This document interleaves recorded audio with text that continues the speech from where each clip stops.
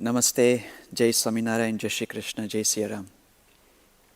For the last 2 weeks, we've been receiving help from the Mahabharat, this epic story of battle and political intrigue.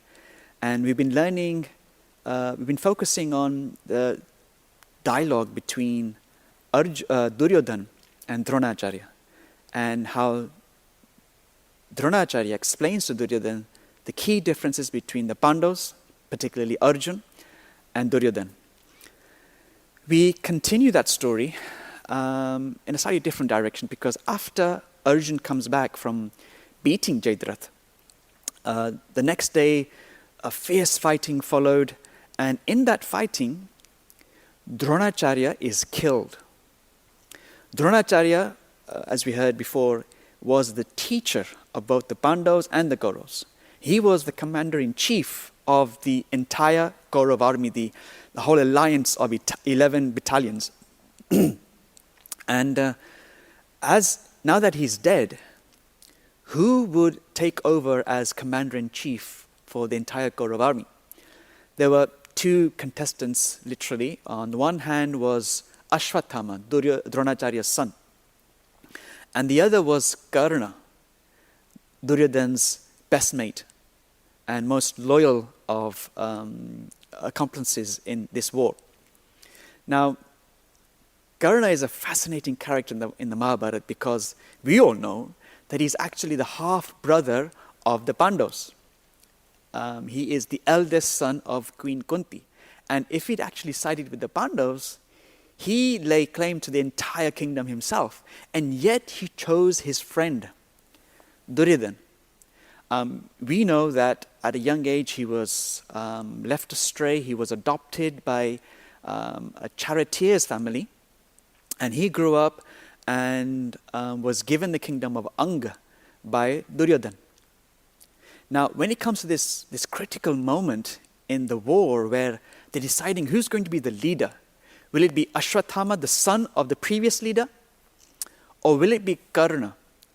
Now, both of these very strong characters come head to head, and they're both arguing. And at some point it descends into some very childish schoolyard quarreling, because on the one hand, Ashwathama is the son of the teacher. So Karna's giving him all sorts of names like, oh, you're the teacher's pet, you're the teacher's son, why should you necessarily have to become the next leader? You have no right to be the leader. Whereas Ashwathama is giving as good as he gets, goes back to Karna and saying, like, why should you be the leader? You're just Duryodhana's friend, you're not a warrior yourself. This escalates very quickly into almost a duel. And Karna asks Ashwathama, let's fight, and let's see who's the best at being the leader. But then he goes, well, you're the son of a Brahmin. Now, in ancient Indian society, this was the systematization of how society functioned. It wasn't necessarily decreed by our Shastras, but it was a way for the smooth functioning where people could really build upon their strengths, upon their resources, upon their natural inclinations. So Brahmins were teachers, but then, obviously, as we saw here, Ashwathama wasn't necessarily a teacher. He was trained as a warrior alongside the Pandavas and the Kauravas. We have Karna here, who wasn't assumed by everyone to be a charioteer's son, and yet he too was a warrior. So when Karna tells Ashwathama, why should I fight you? You're just a Brahmin son. And if I fight you, my valor, my skill as a warrior will be blemished. In like typical schoolyard, fight, it ended up being, your mom's like this and your dad's like this. So typically, Karna is telling Ashwathama, you're the son of a Brahmin, why should I fight you? And Brahmins, we have, and Swamis, we have what we call a janoi, an upavit. So quite melodramatically, Ashwathama cuts his janoi. And he's like, now I've lost my janoi, I'm no longer a Brahmin, come on, let's go. And at that point, Ashwathama tells Karna, but, why should I fight you? You are just a mere charioteer's son. Now, this dialogue is dramatized in a beautiful Sanskrit play called Veni Sohar, written by Narayana Bhatt from around the 7th century. And he was a very famous Sanskrit playwright. And in the third act, while this dialogue is going on, Karna says something very powerful, something very memorable. He says, Suto va sutuputro va, yova kova bhavamyam, deva yattam kule janma, mada yattam tu paurasham. He's telling Ashwatthama, you're calling me a charioteer's son, be what I may. Maybe I'm a charioteer, maybe I'm a charioteer's son. Sutova sutuputrova yova kova bhavamyam. Be what I may. Deva yattam kule janma. Where I'm born, that's up to the star, that's up to destiny. Deva yattam kule janma. Mada yattam tu paurasham. Hard work, bravery, that's up to me, that's on me. I thought this is a very important lesson that we're being taught here from the Mahabharat.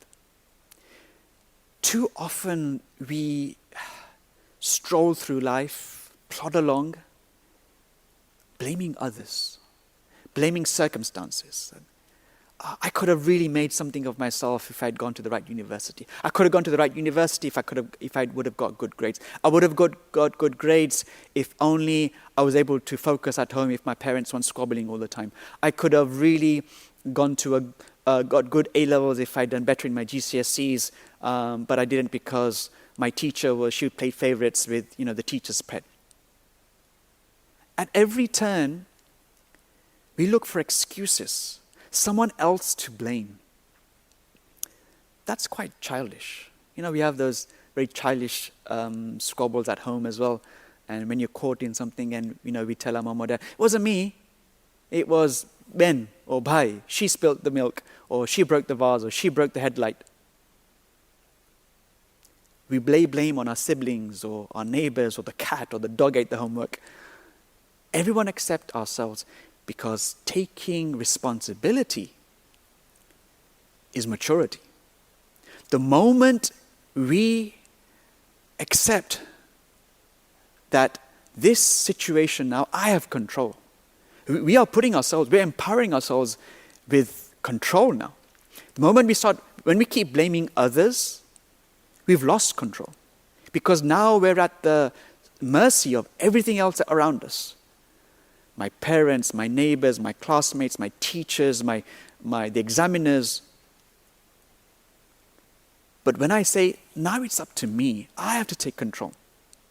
That's because with maturity, with independence, comes responsibility. We're all looking to grow old. You have young children, boys can't wait to shave and want to break their voice and move out of the home and go off to university. But as you grow older and you strive for this independence, there comes responsibility. When you go out of home and you live away, you suddenly realize you have to start managing for yourself. Can you manage your food cycle, like cooking, paying the bills, going shopping, looking after your clothes and making sure they're washed, hopefully. You're not just coming home every weekend to dump them, for your mum to wash. Taking responsibility at a very granular level is this. Even looking after yourself. As adults, are we treating our home just like a hotel? Expecting mum or dad to clean up after us, washing our dishes and clean our rooms or pick up the laundry? Being an adult means, first of all, taking responsibility of the smallest of things about yourself. But then also the circumstances around us. Yes, it's absolutely true that we're not all given the same ideas or the same resources at the same time. Some people are born into very difficult circumstances with physical disabilities, with financial difficulties, with all sorts of challenges. But we have a choice. Do we want to wallow in self-pity? Because you can. But that won't get us anywhere. Or do we really want to pick ourselves up and do something about it? The world is full of these inspiring stories of people with with great difficulties, athletes or scientists or people who've achieved great things despite their great challenges, whether it's physical or financial or from family. And even then, no one's expecting us to do great things. No one's expecting us to find a cure for COVID within the next 2 months just because we're sitting at home. What is expected of us is to do your best. That's all that people are asking for. What we should be asking from ourselves. It's absolutely okay to get a C or a B, say, if we're giving our best, if that is absolutely, we're applying ourselves 100%. But it's not acceptable to get an A if you could have got an A star. Who we are and what we've been given, that's God's gift to us. What we do with that and what we become, that's our gift back to God. Some things we won't be able to change in the world around us immediately. They're out of our control. But my response to that and who I am and what I become, that's on me. The moment I accept responsibility is the moment I take charge of my future. The moment I stop blaming other people and circumstances is the moment I can actually start changing my future. We are holding ourselves accountable. In a way, that's what karma is about. Karma is what? It's that universal, inescapable law of consequences. Now, we are taking responsibility. It's a very mature religion, isn't this? Because everything that's happened to us has been a result of our past actions. And there's no reason to despair now, like, I'm destined to fail. No, everything that can happen from this moment onwards is still in my hands, my actions. And that's what I have responsibility over. That's absolutely my duty. In the Srimad Bhagavad Gita, the whole Mahabharat, the 100,000 verses, they say it's condensed into the Gita. The Gita is a part of the Mahabharat. The Gita is only 700 verses. The first verse it goes like this: Dharma kshetre kurukshetre samaveta yotsavaha mamakaha pandavascheva kimu kurvata sanjaya. It's Dhritarashtra, the father of the Kauravas, who's asking Sanjay, the person who can see the battlefield, is asking him what's up? What's happening on the battlefield? There's my sons, and then there's the Pandavas, and they've gathered on the Kurukshetra, Dharma Kshetra battlefield. It's a Dharma Yudh. What's happening? The very first word that comes out of the Gita is Dharma. The very last verse, Yatra Yogeshwara Krishna Yatra Partho Dhanodhara Tatra Shir Vijayo Bhutir Dhruva Nitir Matir Mama. Where there is Krishna, the Lord of Yoga, where there is God, where there is his Bhakta, someone like Arjun, the ideal archer, there we will find success, victory, opulence, and abiding righteousness. The last word there is Mama. And that's fascinating because the first word and the last word, Dharma, Mama. Mama, then between these two words, the entire Gita rests. The Gita is bookended by this idea of Mama Dharma, Swadharma. People think that the Gita is about war. And Krishna has been accused of being a bloodthirsty warmonger. No. The Gita is about duty, Swadharma, Mama Dharma. Arjun is trying to cop out of his duty. And then again and again, Krishna is imploring Arjun to do the right thing, to fight for righteousness. Throughout life, we are faced with these choices, whether it's to do the right thing or the easy thing. Time and time again, we be reminded by Hindu Shastras to do the right thing, to take on responsibility and remind ourselves of Mama Dharma, my duty. And at the end of the day, whatever happens, the results belong to God. He provides them because He is the karma far pradata. In my hands, Mada yattam tu paurusham. Be what I may, be whatever circumstances befall me. But to do the best I can is up to me. Not shirking that responsibility. In 2002, when the terrorists attacked Akshardham in Gandhinagar, one of the flagship temples of the Paramtattva Swami Fellowship,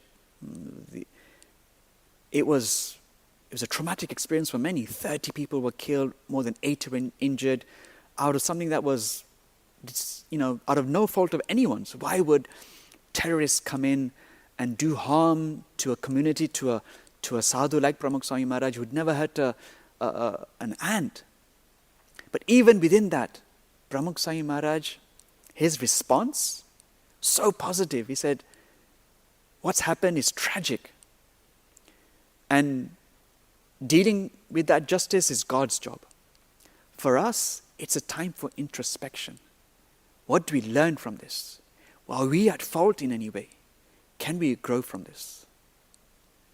Such a powerful, positive response of taking responsibility and growing from these challenges.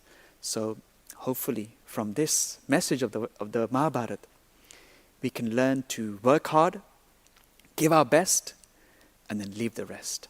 Our duty is to do the best we can and then leave the rest to God. Thank you. We've also received a number of questions, so thank you to everyone who's been sending them in. This week, there's been quite a few, in fact, which ask about isolation and staying at home, making the most of our time. So I'll try to club those together and respond in one way. One question particular, for example, is asking, does Hinduism offer any advice in its scriptures about spending time in isolation? Another question, a student appears at university is asking, I'm a student and when I was living at home with my parents, I found it easier to remain in a schedule of sorts. However, since moving out and living alone in halls, I'm left to my own devices and have no schedule at all. And I find myself wasting lots of time. What should I do? Now, I'm sure we're finding ourselves in similar situations right now while we're at home. This is an opportunity for us. Many of us were living very busy lives. This is a moment where we can really collect ourselves and reflect. What do we do with that time is going to be quite defining. It's going to determine who we become at the end of all of this. Making the most of our time here is going to be essential. There was an article recently that was going around about this student at Cambridge University. England was put in lockdown then. This is 1665 because of the bubonic plague. Horrendous plague that lasted, the lockdown lasted for 2 years at that time. And this student, quite undistinguished in himself then, was sent home. And while at home though, he continued his musings, his thinking, his experiments and his research. And in the 2 years that he spent at home under lockdown, he came up with the beginnings of calculus, of how to use these theories to make exceptionally complex calculations. And he looked at optics. He was using prisms. He also became the famous apple dropping from the tree. That was then. And he began the early drafts of gravitational theory. He came back to Cambridge, as we know, was Sir Isaac Newton. Within 6 months of returning, he became a fellow at Trinity College in Cambridge, and after 2 years later, became a professor. Even though he was at home, he didn't sit on. This was in his early 20s. Now, we're not saying, we're all going to find a vaccine for COVID while we're at home. And we're not saying, you do great things necessarily, but making the most of your time. Simple things, like taking out some time during the day to exercise, physically keeping active, because it's going to be so easy to just lounge around and spend your time on TikTok or Snap or Netflix and just, gain weight. It's absolutely essential for our mental well-being as well as our physical well-being that we take time to do some exercise throughout the day, within your living room, whether it's in the garden or if you can, alone in the park without jeopardizing any social distancing. Do please take some time out for physical activity. Something for your mental health as well. Something that our Guru Mahant Sahi Maharaj advises routinely, regularly. Can you think of different people in your lives who are having an impact and see something good about them? Something positive, what he calls gun grahan. Seeing the good in others, just taking time out, even if it's just 5 minutes a day, and seeing something positive. That's one of the most wholesome things you could do with your time. And it will change your mood, it will transform you mentally as well. And even intellectually, continuing your studies or using your time to learn a new skill, learn a new language, maybe learn an instrument, learn to cook. So many things we can do at home. But even then, there's something maybe we're not used to doing. Not doing, but actually being. We're so caught up, it's hard to just be yourself. If we can't go outside, go inside. Reflect. Who am I? Where can I grow?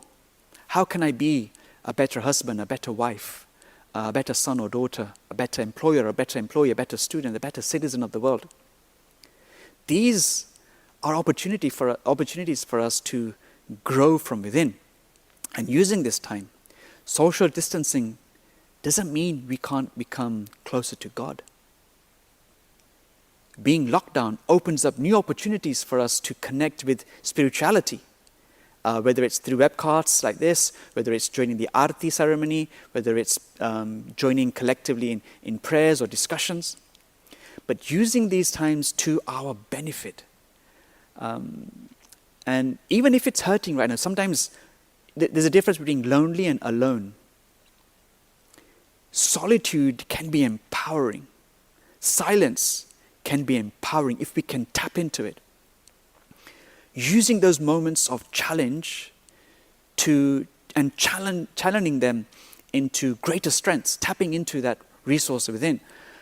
Read many years ago, a while back ago, when in the Premiership, 2012, when Man United lost the title on goal difference to Man City. It was one of the most dramatic finales to the league. Right down to the last game, I think Man City were playing Queen's Park Rangers, and Man U were playing Sunderland. Man U won their game, and they were top of the table.